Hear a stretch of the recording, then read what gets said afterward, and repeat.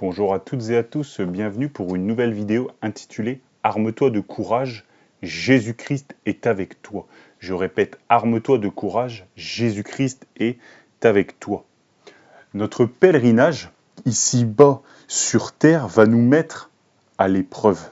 Notre courage va être testé, enduré, mesuré. Alléluia. Le serviteur de Dieu, c'est-à-dire le croyant en Jésus-Christ, doit s'armer de cette pensée. Je dois être courageux.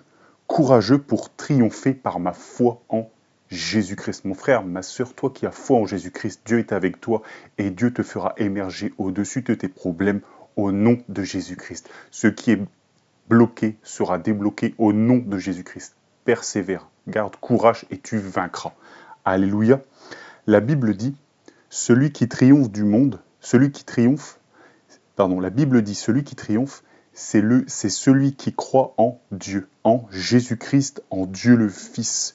Je veux aujourd'hui vous encourager à persévérer dans cette voie, dans la seule et unique voie qui sauve, la voie de la foi, dans le Fils unique de Dieu, la foi en Jésus-Christ. Resserrez est le chemin qui mène à la vie éternelle, a dit le Seigneur. Et il y en a peu qui le trouvent. Et ce chemin, c'est Jésus-Christ. Tu l'as trouvé, ne t'en éloigne pas, reste en Jésus-Christ. Demeure, garde courage malgré les adversités. Que de gens n'ont pas le courage de suivre Jésus, ils reculent. Quel dommage. Gédéon, quand il a vu que Dieu lui a parlé, il a eu peur et il a dit « Je suis le plus petit de la plus petite des familles ». Mais Dieu a dit à Gédéon « Je serai avec toi ». Mon frère, ma sœur, arme-toi de courage en Jésus-Christ. Il est avec toi.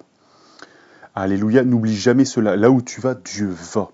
Même si l'endroit n'est pas aussi beau et verdoyant que tu le pensais, Dieu est là.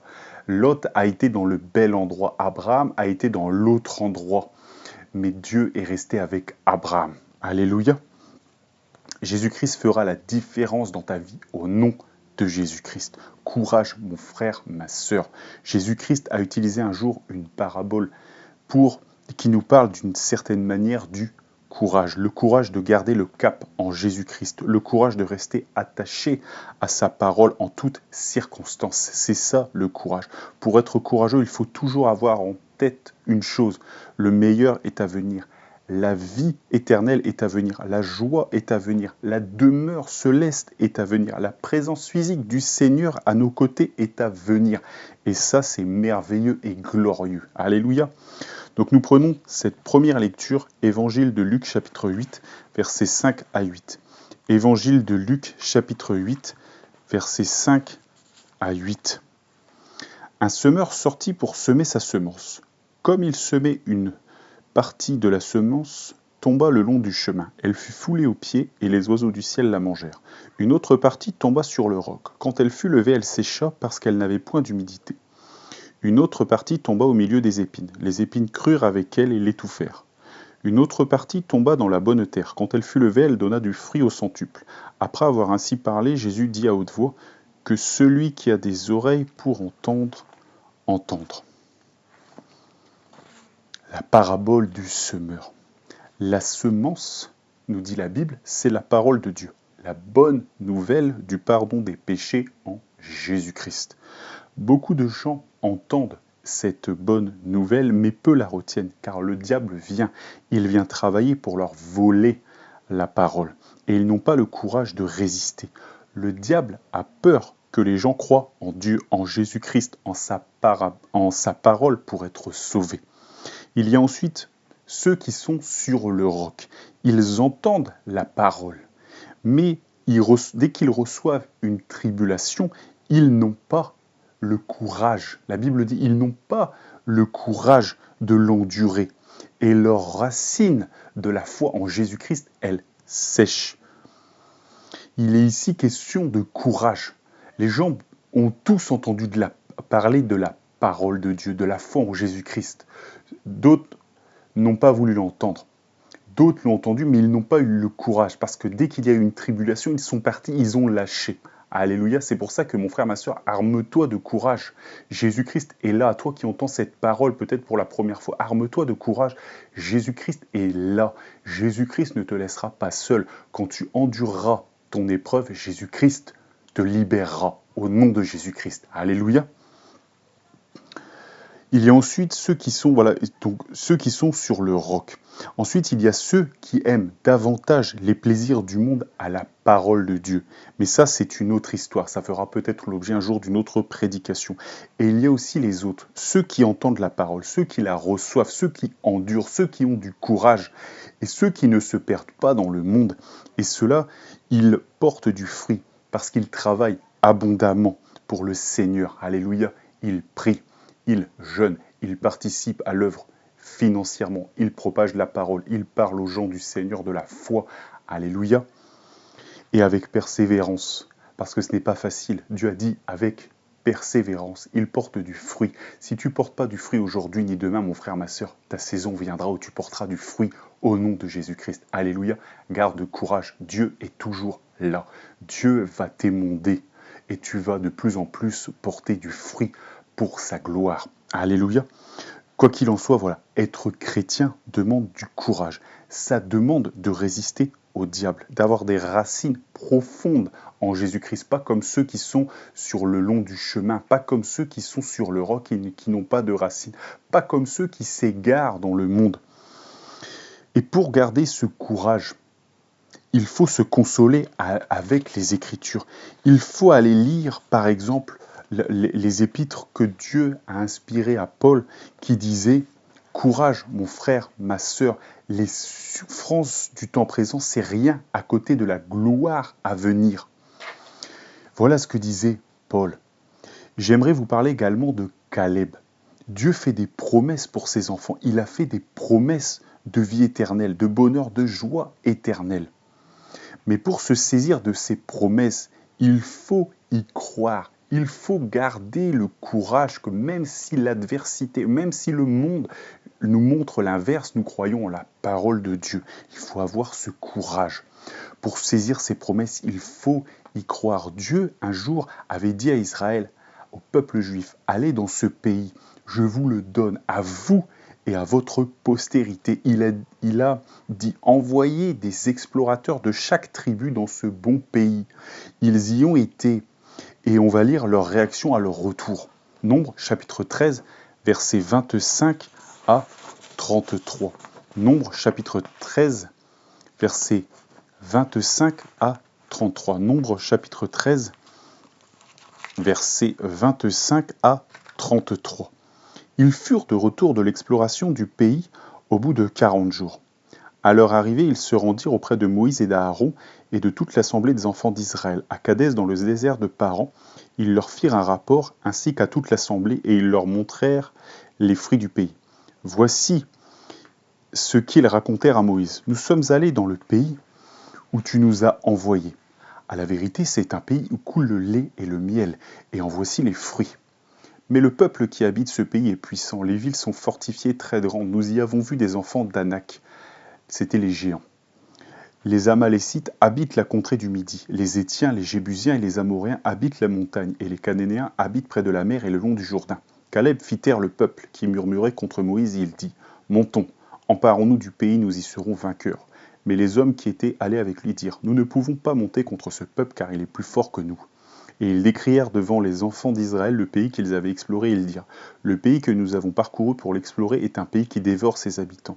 Tous ceux que nous y avons vus sont des hommes d'une haute taille, et nous y avons vu les géants, enfants d'Anak, et la race des géants. De la race des géants. Nous étions à leurs yeux et aux leurs comme des sauterelles. » Alléluia. Voici, les éclaireurs sont revenus d'avoir exploré le pays. Dieu les a envoyés pour explorer le pays qu'il leur a donné. Voici, ils reviennent. Ils font leur rapport à Moïse et à Aaron qui dirigeaient le peuple à cette époque sous les commandements de Dieu. Et ces éclaireurs, ils ont perdu courage. Ils ont vu, oui, que le pays était bon. Ils ont vu que Dieu voulait leur faire du bien. Mais voici, ils ont peur. Là-bas, il y a des géants fils d'Anak. Ils se disent qu'ils ne sont rien à côté. Là-bas, le peuple qui habite ce pays, il est puissant. Les villes sont fortifiées. Les murailles sont hautes. Les murailles sont puissantes. Elles sont épaisses. Alléluia. Le peuple de Dieu s'égare là. Il perd courage. Il ne croit plus en la réalisation de la parole de Dieu, mais il doute. Quand la peur arrive, alors le courage est détruit. Dieu savait que c'était une épreuve et qu'il fallait être courageux. Il savait que les éclaireurs allaient voir ces murailles, ces forteresses, ces géants, ces guerriers armés. Mais Dieu voulait savoir, voulait voir si le peuple allait devant tout cela se rappeler ce que Dieu avait proclamé dans leur vie. Il voulait savoir s'ils allaient se rappeler, premièrement, qu'ils avaient traversé un désert, qu'ils étaient partis avec de l'or, troisièmement, qu'ils avaient été libérés d'Égypte, de l'esclavage, qu'ils avaient été nourris au désert, etc., etc., qu'ils avaient traversé un océan. Dieu voulait savoir si, face à la vue de ces forteresses puissantes, ils allaient se rappeler tous les miracles, tous les merveilles que Dieu avait fait dans leur vie. Mais voici, le cœur du peuple tombe en défaillance et le courage s'éloigne. Et le peuple va aller plus loin. Ils vont aller plus loin. Ils vont même aller jusqu'à vouloir tuer Aaron et Moïse et tuer leur serviteur Caleb et Élisée qui disaient qu'il fallait monter contre contre cette ville.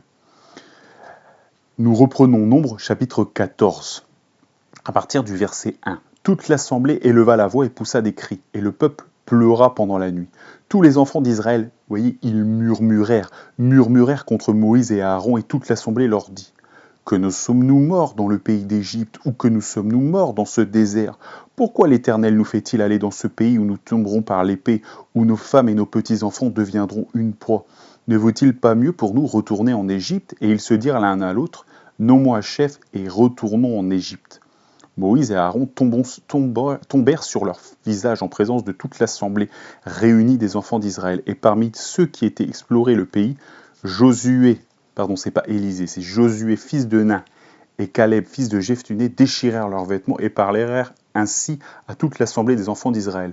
Le pays que nous avons parcouru pour l'explorer est un pays très bon, excellent. Si l'Éternel nous est favorable, il nous mènera dans ce pays et nous le donnera. C'est un pays où coule le lait et le miel. Seulement, ne soyez point rebelles contre l'Éternel et ne craignez point les gens de ce pays, car ils nous serviront de pâture et ils n'ont plus d'ombrage pour les couvrir. L'Éternel est avec nous, ne les craignez point. Toute l'assemblée parlait de les lapider lorsque la gloire de l'Éternel apparut sur la tente d'assignation devant tous les enfants d'Israël. Alléluia. Le peuple, les éclaireurs sont revenus. Ils ont fait leur rapport et le peuple a eu peur. Le peuple voulait même nommer un chef pour qu'il retourne en Égypte, pour qu'il retourne dans l'esclavage, pour qu'il retourne dans la servitude, pour qu'il retourne dans la mort. Alléluia. Dieu avait pour eux des projets, de grands projets. Et mon frère, ma sœur, Dieu a pour toi des projets de paix, des projets de joie, des projets de vie éternelle. Il te prépare une place. Jésus-Christ a dit: je vous prépare une place dans les Jérusalem céleste. Oui, mon frère, ma sœur, toi qui crois en Jésus-Christ, tu vas vivre éternellement. Tes péchés seront lavés, tes péchés sont lavés, tes péchés sont pardonnés pour prix de ta foi en Jésus-Christ, toi qui l'as reconnu comme Seigneur et comme Sauveur. N'aie crainte, garde courage. L'Éternel Jésus-Christ est avec toi. Le Saint-Esprit est en toi. Il a fait de ton corps son temple. Alléluia. Voici les promesses que Dieu a fait dans nos vies. Alors mon frère, ma sœur, arme-toi de courage en Jésus-Christ et saisis ta vie éternelle pour prix de ta foi en ton Dieu. Alléluia. Oui, mon frère, ma sœur, ne soyons pas comme ce peuple qui a voulu, qui s'est tourné vers Caleb, qui s'est tourné vers Josué, vers ces deux hommes, ces deux éclaireurs qui, eux, bien qu'ils aient vu ces forteresses, bien qu'ils aient vu ces murailles, bien qu'ils aient vu ces géants, eux, ils ont gardé courage. Ils ont dit, nous avons vu ce que Dieu a fait. Nous avons vu que Dieu a fait ses prodiges, a fait ses miracles, et nous savons qu'il continuera à nous bénir. Et si l'Éternel, ils ont dit, si l'Éternel est avec nous, nous monterons et nous gagnerons, nous serons vainqueurs. Ils ont eu foi en Dieu, en les paroles de Dieu, en la promesse de Dieu. Et toi aussi, mon frère, ma sœur, tous les jours, médite la Bible, médite la parole. C'est elle qui va te garder, qui va te donner courage. Tu vas te rappeler, oui, les promesses que Dieu, c'est celles-là qui s'accompliront dans ta vie au nom de Jésus-Christ. Ne fais pas comme le peuple a voulu faire. Le peuple a voulu retourner en arrière. Il a voulu retourner en Égypte. Il a voulu retourner dans le monde. Il a voulu retourner vers la défaite. Il a voulu retourner vers la mort et vers l'esclavage. Alléluia, alors que oui, Jésus-Christ nous a affranchis. C'est là pour la Bible dit, c'est pour la liberté que Jésus-Christ nous a affranchis. Oui, nous sommes libres en Dieu, en Jésus-Christ, par sa volonté, par sa parole. Alléluia, donc allons vers Dieu. Gardons courage malgré les épreuves, malgré les murailles des problèmes, malgré les forteresses qui nous attendent quand nous allons marcher dans nos vies. Alléluia, mais Dieu sera là et ces murailles des problèmes, ces murailles des difficultés, ces forteresses tomberont au nom de Jésus-Christ. Alléluia, parce que oui, Dieu a fait monter son peuple, il l'a fait monter en Israël et ils sont tous tombés. Ils sont tous tombés. Il n'y a que la parole de Dieu qui s'est accomplie, c'est-à-dire que le peuple a pris possession des promesses de Dieu, a pris possession du royaume que Dieu avait promis à Abraham. Alléluia. Et les promesses de Dieu, c'est elles qui s'accompliront dans nos vies. Ne regardons pas à ces forteresses, ne regardons pas à ces problèmes, mais regardons aux promesses de Dieu. C'est elles qui s'accompliront. Gardons courage, mon frère, ma sœur, chassons le doute, lisons la parole, méditons-la, serrons-la contre notre cœur et le courage restera. Et nous serons comme Caleb, comme Josué. Nous garderons courage malgré l'adversité. C'est là, mon frère, ma sœur, la part d'un chrétien. Un chrétien, il aura des problèmes, il aura des difficultés, mais s'il garde courage, alors il vaincra tout cela au nom de Jésus-Christ. Alléluia. Jésus-Christ a fait face à l'adversité. Il a fait face aux problèmes. Il a fait face aux difficultés. Il a fait face à la croix et il a vaincu. Et il a vaincu quand il a dit tout est accompli. Il a vaincu quand il a dit Père, pardonne-leur. Il a vaincu quand son sang a coulé, le sang du pardon des péchés. Alléluia. Oui, mon frère, ma sœur, garde courage. Jésus-Christ a vaincu pour toi. Malgré les problèmes et les difficultés, tu es plus que vainqueur en Dieu, en Jésus-Christ. Alléluia. Courage. Je sais que les temps sont difficiles. Je sais que suivre Dieu, parfois, c'est difficile. Mais Jésus-Christ a dit qu'il nous fallait porter notre croix. Et des fois, il y a des jours, oui, elle sera lourde, mais Dieu te permettra de la porter. Dieu a dit qu'il sera là pour toi. Alors n'aie crainte. Si un jour c'est trop dur, plie les genoux, prie-le, et il te restaurera au nom de Jésus-Christ. Alléluia. Tous les jours, les Écritures consolent, les Écritures fortifient, la prière console, la prière fortifie. Tu sais comment rester fort et courageux en Jésus-Christ. La parole, la prière, la puissance. Alléluia. Médite sur tout cela.